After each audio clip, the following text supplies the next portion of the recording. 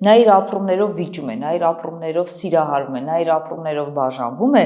եւ սրանով է դեռահասությունը եւ պատանեկությունը սիրո տարիք, եւ հենց այդ փուլում որոշում է, որ ես այլևս չեմ սիրելու։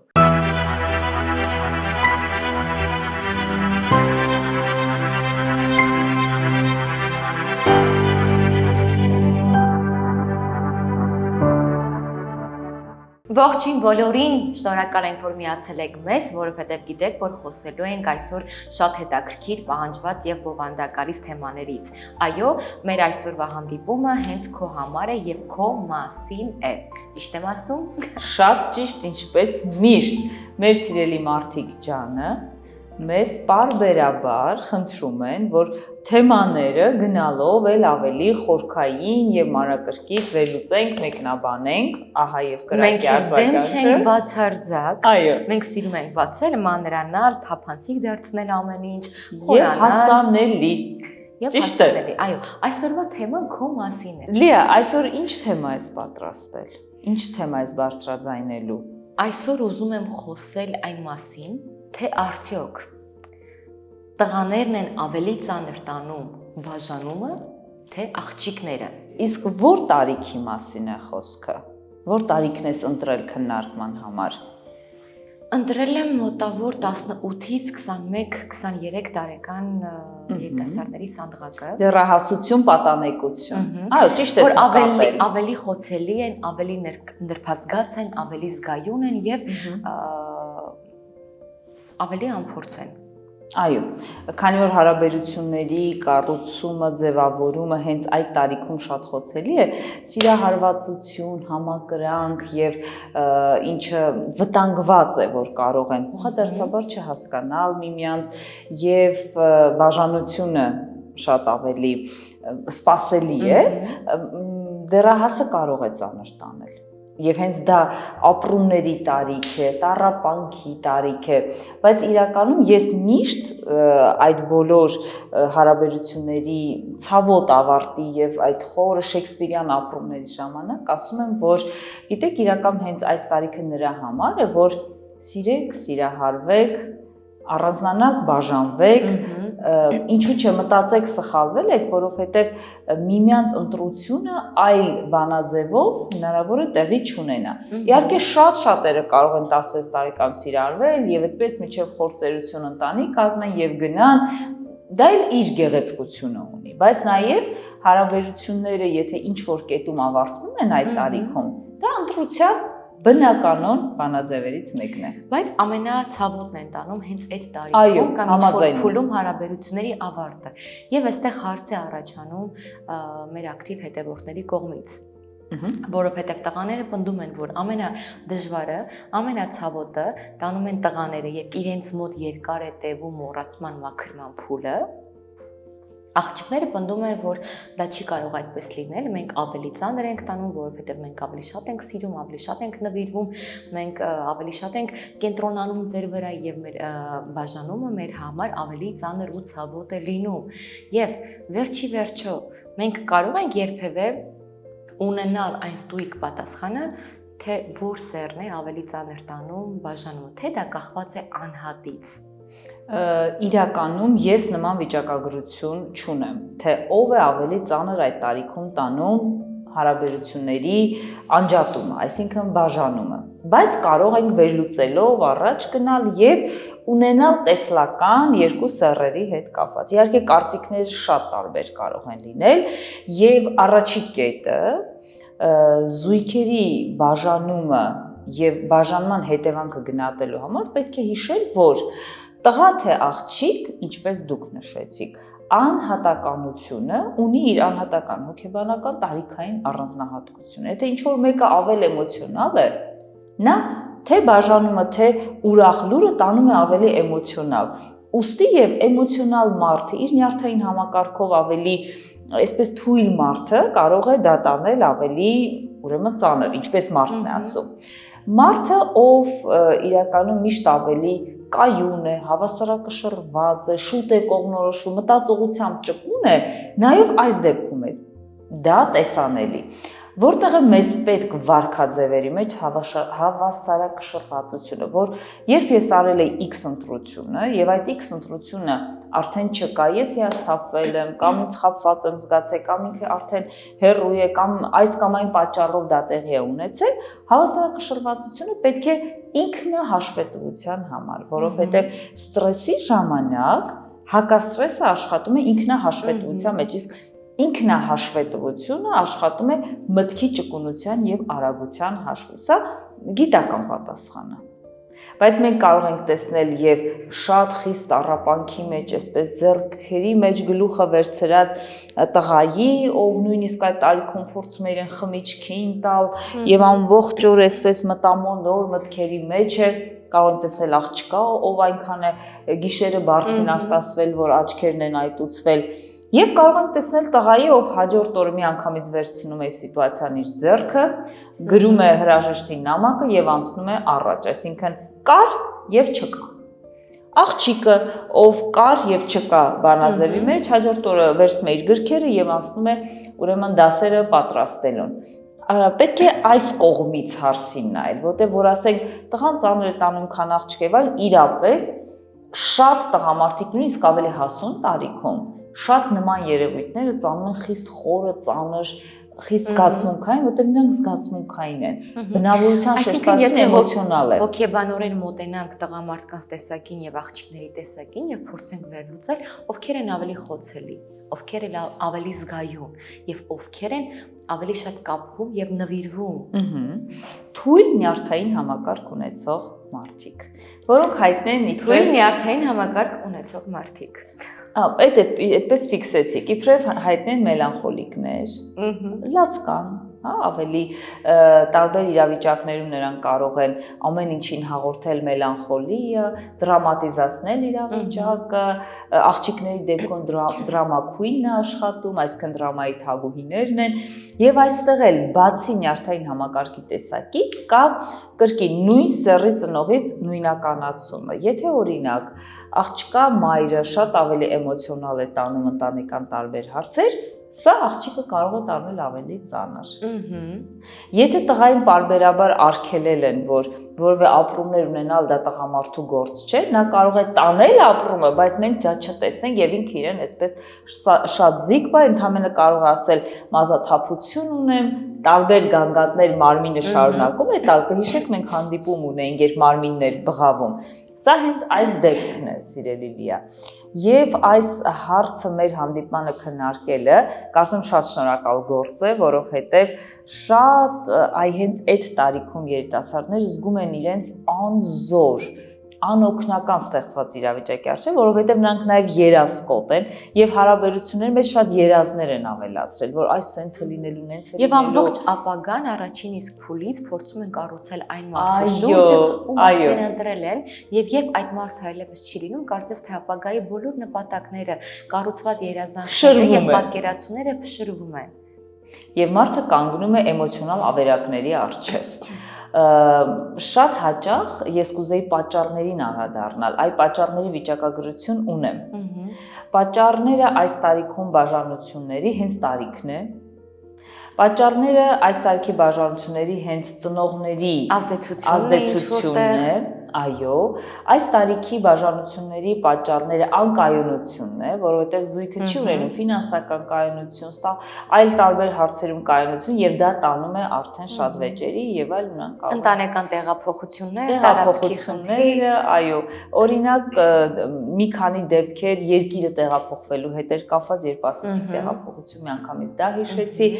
եւ ինչպես ասում են, մանկական պլատոնյան սերը կարող է շատ հաճախ սևակի խոսքերով ինչ էլ որ անես, միշտ կուտ է գնում։ Money! What are you talking? He's got a lot of money. Now I hate you, you Well, I slow hate bastard. you. If you leave here, I hate you. I've you if never you leave paid here. attention to anything that's been happening I to guess me. not. I think I must have misread all of those I signals. guess you did. You're bored! Would you just stay with me? Stay with you. What for? Look at us. We're already fighting. Well, that's what we do. We fight. You tell me when I'm being an arrogant son of a bitch, and I tell you when you're being a pain in the ass. Which you are, 99% of the time. So what? So it's not gonna be easy. It's gonna be really hard. And we're gonna have to work at this every day, but I want to do that because I want you. I want all of you, forever, you and me, every day. But don't you take the easy way out. What easy way? There is no easy way. No matter what I do, somebody gets hurt. Would you stop thinking about what everyone wants? What do you want? What do you want? It's not that simple. What do you want? God damn it, what do you want? I have to go.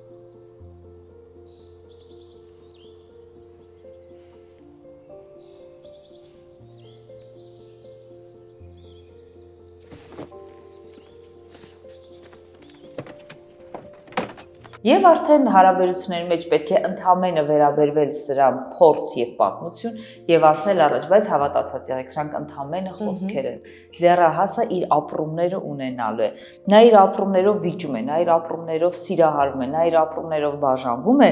եւ սրանով է դեռահասությունը եւ պատանեկությունը սիրո տարիք, վայրիվերումների տարիք։ Եվ հենց այդ փուլում որոշում է, որ ես այլևս չեմ սիրելու։ Ոչ ոքի, ինչպես որ նրան եմ սիրել, ոչ ոքի այլևս այդպես չեմ նվիրվելու, ինչպես նրան եմ նվիրվել, բայց սիրելի դեռահասներ, սրտիկը, այո, սրտիկը փորձում ենք պահել, որովհետև ուզում եմ հենց ձեր լեզվով ասել, հենց ձեր ենթամշակույթը պահելով ասել, որ հավատացած եղեք, տարիքը իբրև սիրո տարիք, դուք կարողանալու եք մշտապես իբրև փորձ հիշել։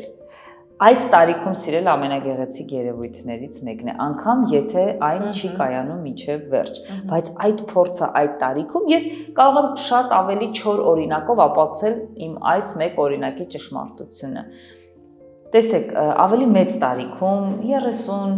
նույնիսկ 40 անց մարդկանց մոտ, երբ կա անձնական կյանքի դժվարություններ, չեն կարողam սիրահարվել, զույգ գտնել կամ ամուսնանալ, տարբերով ինչպես ուզում է, շատ հաճախ եմ լսում, որ ինքը դեռահասության պատանեկության տարիքում միայն զբաղված եղել սովորելով, շատ օրինակելի աշակերտ է եղել, մայրիկի հայրիկի երազանքը, ոչ մի անգամ դասից չի փախել, այսպես բաներ։ Եվ իմ հարցը իսկ այդ տարիքում սիրահարվել եք, միշտ ստանում է բացասական պատասխան։ Տեսեք, փորձը, էմոցիոնալ փորձ այդ տարիքում, ինքը շատ լավ հարթակ է քայլելու կյանքի այն ճանապարհով, որտեղ որ դու դեռ կհանդիպես այն միակին, ով կլինի քո ուղեկիցը, կողակիցը, որտեղ այս տարիքում շատ հարաբերություններ, ելի եմ կրկնում, կարող են ունենալ շատ դրական ավարտ եւ դա շատ ուրախալի է, բայց որտեղ որ հարաբերությունները ընդհատվում են, ուրեմն այդ հարաբերությունները այն կամուրջն են, որովհետեւ դու քայլես եւ արդեն գտնես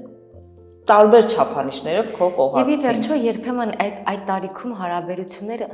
ընդհատվում են ինչ որ նոր բանին տեղ տալու, ճանապարհ տալու համար, որովհետեւ դու պետք է առաջ քայլես եւ քո առաջ քայլելու ճանապարհին դու պետք է զոհես քո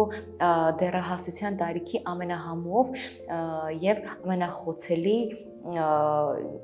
կարևոր թանկ բաներից մեկը։ Շատ հաճախ այդ զիջումները, փոխակերպումները, փոխարինումները վիճակագրության մեջ հայտնի են իբրև ծնողների ցանկություններին տեղ տալը,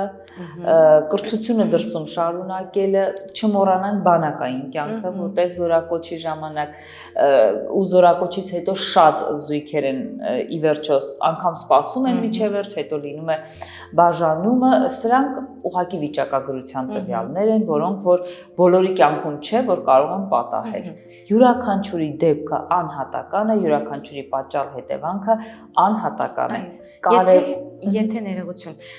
փոքրիկ անցում կատարենք ավելի հասուն տարիքի մարդկանց շրջապատը։ Երբ լինում են բաժանություններ եւ զույգերից որևիցե մեկը ծանր է տանում, կարելի է ենթադրել օրինակ, որ քանի որ մարդուն ընտրելուց եւ նրա հետ հարաբերություն կառուցելիս, կյանք ապրելիս մենք կապնվում ենք նրա հետ, սովորում ենք նրան, նա դառնում է մեր կյանքի, մեր առօրյայի, մեր եսի մի մասնիկը եւ երբ մի օր դադարում է հարաբերությունը եւ մեզ համար սովորական դարձած, մեր առօրյայի մի մասը դարձած մարդը այլևս չկա, նրա բացակայությունն է դառնում մեր տառապանքի եւ մեր հիմնական ամբողջ այդ մտորումների առիթը։ Կարծես աշխարհը փուլ է գալիս։ Որովհետեւ ես նրան սովորել եմ, ես սովորել եմ նրա ձայնին, ես սովորել եմ նրա նամակագրությանը, ես սովորել եմ նրա ծիծաղին, նրա դժգոհություններին, նրա հումորներին, նրա այդ ներկայությանը, հոտին, ամեն ինչին ես սովորել եմ եւ քանի այդ իմ կարևոր սովորությունը ինձանից տանում են, ինձանից գնում է եւ ես մնում եմ ձեռնունային։ Այդ դատարկության հետ ես չեմ հարմարվում։ Ինձ մոտ սկսվում է ստրեսային փուլ։ Լիա, դիտարկումը շատ արժեքավոր է եւ վստահ եմ շատերը գտան իրենց այս օրինակի մեջ, որ սովորույթի ուժով ստեղծվում է կախյալությունը եւ հայտնի ասույթ կա, որ սովորություն ցանես, բնավորություն կհնձես եւ վախեցեք ձեր սովորույթներից, դրանք կարող են դառնալ ձեր կախյալության հիմքը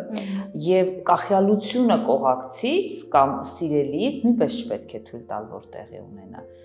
Կողակից նշանակում է ապրել կողքի, չի նշանակում ապրել իրարից կախված։ Կամ իրա կյանքով, կամ իրա կյանքում։ Եվ երբեմն մենք սերը շփոթում ենք կախվածության, կապվածության եւ սովորելու հետ, որովհետեւ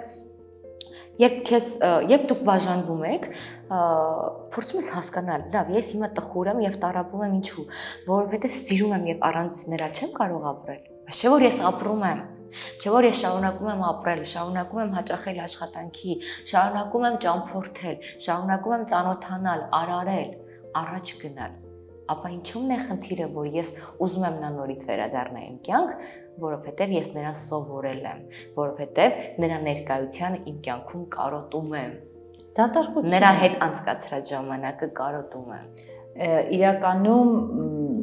երբ քննարկում ենք դեպք, երբ մարդը գնացել է եւ սովորույթի ուժով այդ կապվածությունն ենք մեջ բերում, այդտեղ ներսում մարդու շուրջն է լցված, ներսը չէ։ Մարդ իրականում հարաբերությունների մեջ միշտ պետք է զբաղվի իր ներսի շերտերը լցնելով։ Դա կլինի ինքնակրթությամբ, դա կլինի սեփական հոբիները զբաղվելով, դա կլինի առողջ ապրելակերպով, սեփական մտքերին հետևելով, որպեսզի ներսում չլինի դատարկությունը։ Ես պետք է ինձ ունենամ, որովհետև ինձ հետ միշտ միայն մեկն է, իմ եսը։ Եվ երբ մենք սրա փոխարեն գնում ենք ծնողների վրա, ամուսնու վրա, երեխաների վրա, գործընկերների վրա տարբեր դերեր, ովքեր լցնում են մեր կյանքը, նրանց ամեն մեկի բացակայության հետ մեր մոտ բացակայում է մի բան։ Եվ դա ցավոտ է։ Խուսափելու համար, կանխարգելելու համար ցավը, տառապանքը չդրամատիզացնելով որևէ հարաբերություն, դու պետք է ունենաս քեզ եւ երբ որ որևէ մեկը գնում է, իր հետ չտանի քեզ, քո մի մասնիկը։ Դա բացառապես կարող է լինել մի մարդու թողտվությամբ, քո թողտվությամբ։ Եվ չտանի քո ժամանակը, որովհետև երբեմն բաժանումներից հետո քեզ մոտ ժամանակը կանգնում է։ Դու չես շարժվում առաջ, որովհետև մտածում ես քո դրթող շարժիչ ուժը նա էր, բայց մոռանում ենք, որ եթե նախքան նա ես ապրել եմ, արարել եմ, ստեղծագործել եմ եւ առաջ եմ գնացել, ինչն է խանգարում, նրանից հետո էլ դա անեմ։ Իրականում այս հարցը ես շատ լուրջ վիճակագրությամբ տեսա, բախվեցի, գրանցեցի պատերազմի եւ հետպատերազմի շրջանում, երբ շատ կանայք նվիրված իրենց ընտանիքին, իրենց ամուսնուն կորցնելուց հետո, որդեկորույս մայրերի թեման կարծում ենք առանձին կանադառնանք, ես հիշեցի կանանց, ովքեր որ իրենց ամուսիններին կորցնելով կանգնեցին այս խնդրի առաջ, զգալով այդ խորը դատարկությունը, որովհետև մի ամբողջ կյանք 20 տարի, 25 տարի, 30 տարի ապրել էին այդ հարաբերությունների մեջ, դժվարը այն կետն էր, որտեղ չունեին աշխատանքային փորձ, կրթություն եւ այլն, որտեղ ամբողջությամբ զբաղվել էին ամուսնու եւ երեխաների ընտանիքի հարցերով։ Այստեղ կարիք ծագեց շարունակելու ամուսնու կյանքի առաքելությունը։ Այն էր ինչ որ բան ստեղծել արարել եւ մարդիկ գնացին իրենց հետ։ Ովքեր գնացին, նրանք 4-5 տարի անց արդեն կարողացել են կանգնել իրենց ոտքերի վրա։ Այնքան կարևոր է, որ հարաբերությունների մեջ դու քո որևէ մասնիկը չանտեսես։ Եթե հարաբերությունները առողջ են, դու չես անտեսում։ եկեք հիշենք այնպիսի զույգերի անգամ փոքր տարիքում, մի տեսակ լողալով գնացին դեպի մեծերը, բայց նորից գամ դեպի փոքրերը, անգամ փոքրերի մոտ սիրո պարագայում ոչ թե կծակի կախյալություն, այլ կծակի հոգատարություն, պատասխանատվություն եւ մեկը մյուսին առաջ կտանի, ոչ թե օրինակ տղան աղջկան հետ կգցի, որ չէ քեզ պետք չի սովորել, այլ կասի դու պետք է սովորես։ Երբ որ զույգը իրար տանում է ազատության եւ այսպիսի մի հետաքրքիր սիրուն պահ կա, որ իրար կայացնելով են տանում, օրինակ ես իմ զույգի հետ այդպես եմ ինձ զգում։ Մենք իրար կայացնում ենք եւ հետո առաջ չենք ընկնում եւ թե որևէ մեկը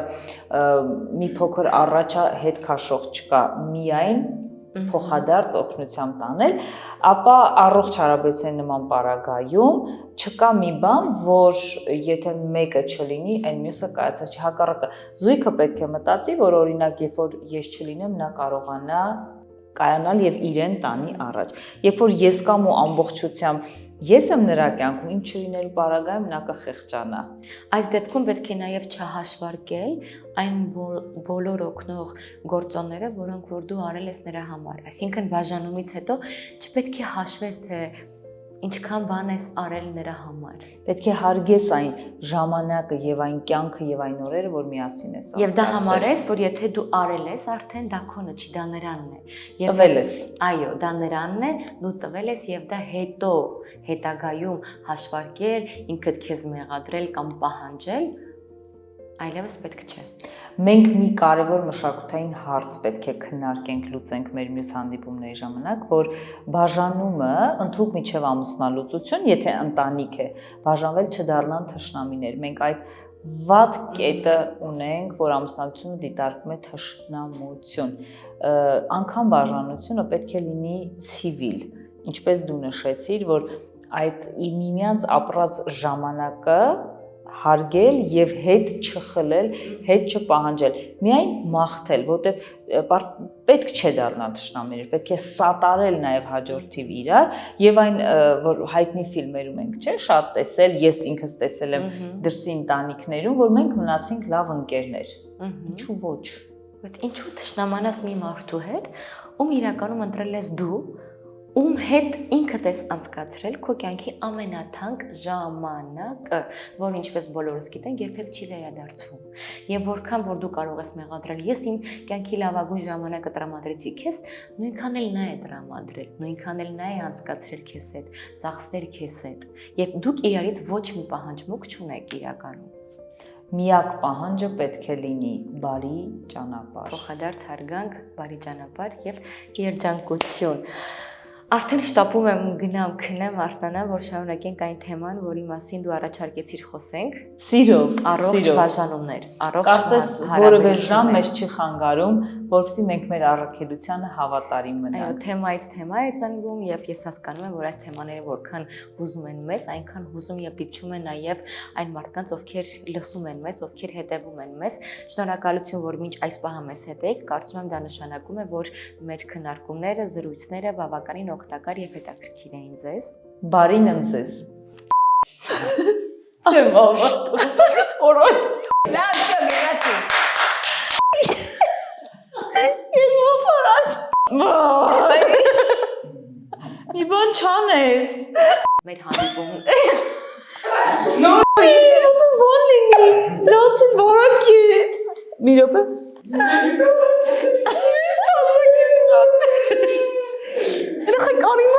Բայց էսի գոնե Միան լուր, միած լրջացի լաց սենց, իրար ինձ նայ սենց Սուս մնամ իրապ է Նորից? Չէ, լիա իսկ Ինքի յոլից գոհայ, լիա իսկ